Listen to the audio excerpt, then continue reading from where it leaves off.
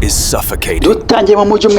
dutangire mu mujyi umwe filime yacu itangiye mu mujyi umwe hari gushya ariko twumvisha amagambo y'umuntu utubwira ngo the world is comforting, isi yacu irabangamiwe cyangwa se iyi si yacu iranizwe nyagasani. Iyi ni filime igiye kubitangira, ni filime yagaragayemo ibyamamare byinshi, harimo The Kid Boy umuhanzi w'umusizi muzi, harimo MC The Jiga uwo ngo n'abari muri iyi filime, harimo MC Madison, harimo Madame Claudine, harimo n'abandi benshi b'ibyamamare mutazi ndetse bagiye kuba bagaragara muri iyi filime. Iyi filime twereka uburyo ki imihindagurikire ikomeje kugenda yica abantu benshi, ariko none imiryango mpuzamahanga ikabibirebera ndetse n'abakire benshi bakaba bashoramo ibiceri byinshi cyane. Reka dukurikirane filime turebe. Iyi filime igiye kuba irimo ibintu bikomeye cyane ndetse igiye kuzabitwika no mu Rwanda. Ni filime yakinwe n'abanyarwanda ubwabo ndetse isobanurwa n'abanyarwanda ubwabo. Reka dukomeze turebe. Ni filime igiye gukora akazi gakomeye cyane.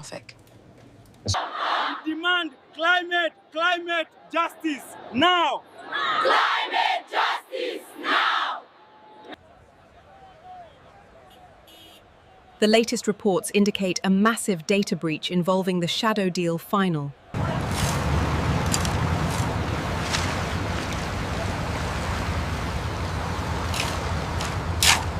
This is not just a protest. It's a movement. We are demanding change, not tomorrow, now.